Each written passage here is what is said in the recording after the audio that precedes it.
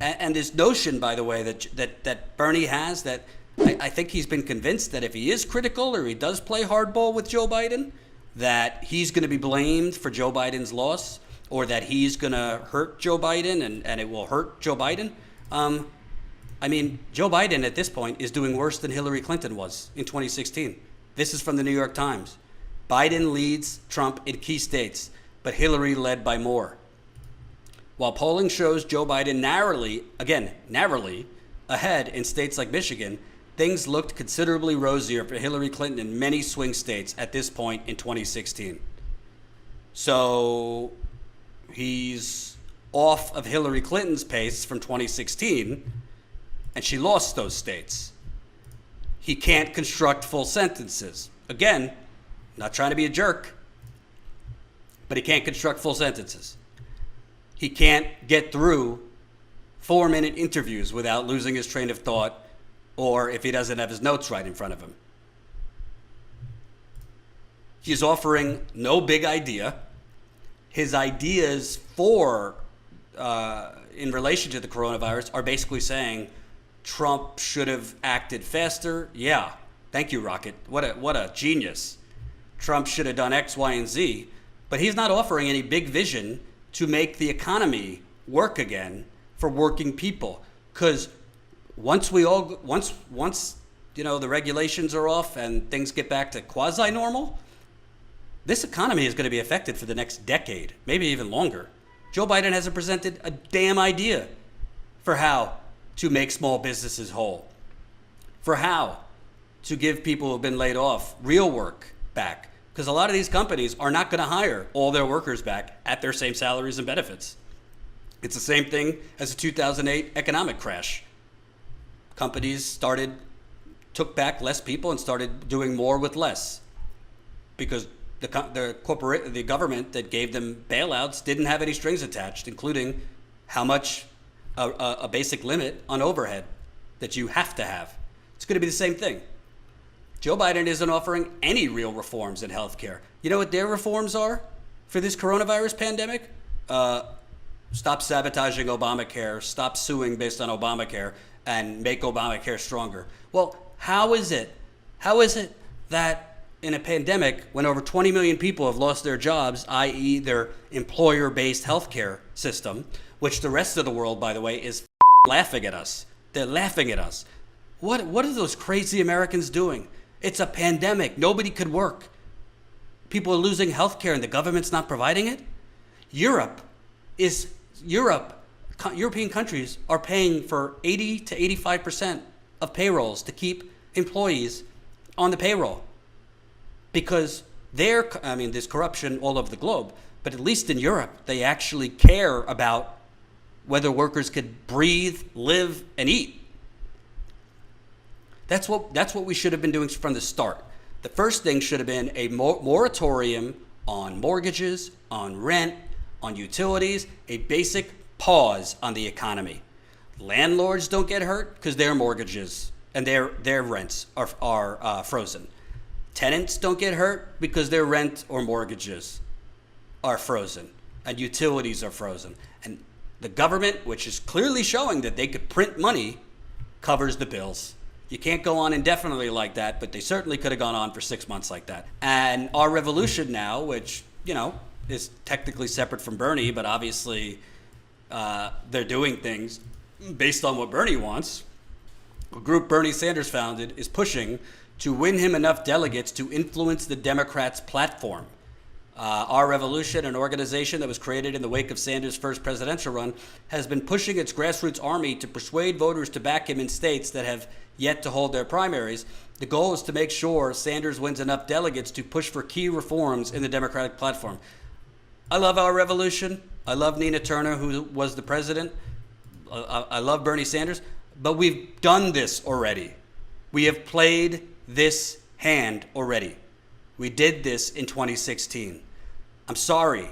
I love Josh Fox, who was on the Democratic Party platform. There was a lot of great progressives on the Democratic Party platform. I'm not criticizing them. But the Democratic Party platform is meaningless. It doesn't matter what they put on the platform. It doesn't even matter if you get them to put Medicare for all on the platform. because the donors will allow those things to be put in writing, but the donors will never allow legislation to pass to put those things into practice.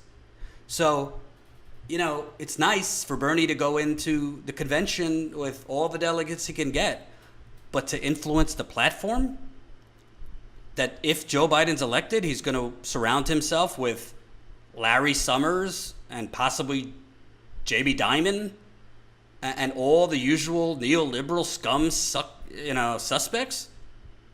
That's our hand right now. We're going to try and get delegates to influence the platform. I'm not saying Bernie Sanders should go scorched earth and say, hey, I'm sitting it out. Good luck, Joe. And urge his supporters not to vote. I'm not saying that. But God, don't just bend over and give them everything. And he's showing you that he's not serious. Joe Biden is literally putting his thumb in your face, Bernie Sanders. I don't know why people are so triggered when you just tell the truth. I think Jimmy and others are going past the line. I think it's absurd to call him a coward and a sellout and all these things. Jimmy Dore would not have a show and would not have the success he has without the Bernie Sanders movement. Ditto for a lot of other people. So I don't think we should be extreme. I still love Bernie, but at a certain point, you're literally working with the enemy here. If you think Donald Trump is 10 times worse, I understand, and I agree that Donald Trump is worse. I do think Donald Trump is worse than even the corporate Democrats. But what I don't think is it's an effective strategy to actually get progressive change, to just give up, surrender, and give Donald Trump and give the Democrats whatever the hell they want, because then they never actually do anything for us. Then all they do is gaslight you. Then when you surrender, credit you and give you kudos, all of a sudden the media loves Bernie Sanders. All of a sudden the media loves Bernie Sanders. He's a hero once he dropped out and endorsed Bernie Sanders. And then if Joe Biden wins, they're never gonna give Bernie Sanders a platform again. This is the time to play hardball. This is the time to say to Joe Biden, our vote is not guaranteed. This is the time to say to Joe Biden, hey, there's a reason Latinos and young people voted for me. It's up to you. It's up to you, Nancy Pelosi. It's up to you, Chuck Schumer. It's up to all you people. You got to figure out, you got to offer them hope. You got to offer them excitement. You got to offer them a reason to think it's worth going out there to vote for you over Donald Trump or somebody else. I don't see it. I don't see it. How come Joe Biden wasn't asked on that live stream by Bernie, what do you think about a rent strike?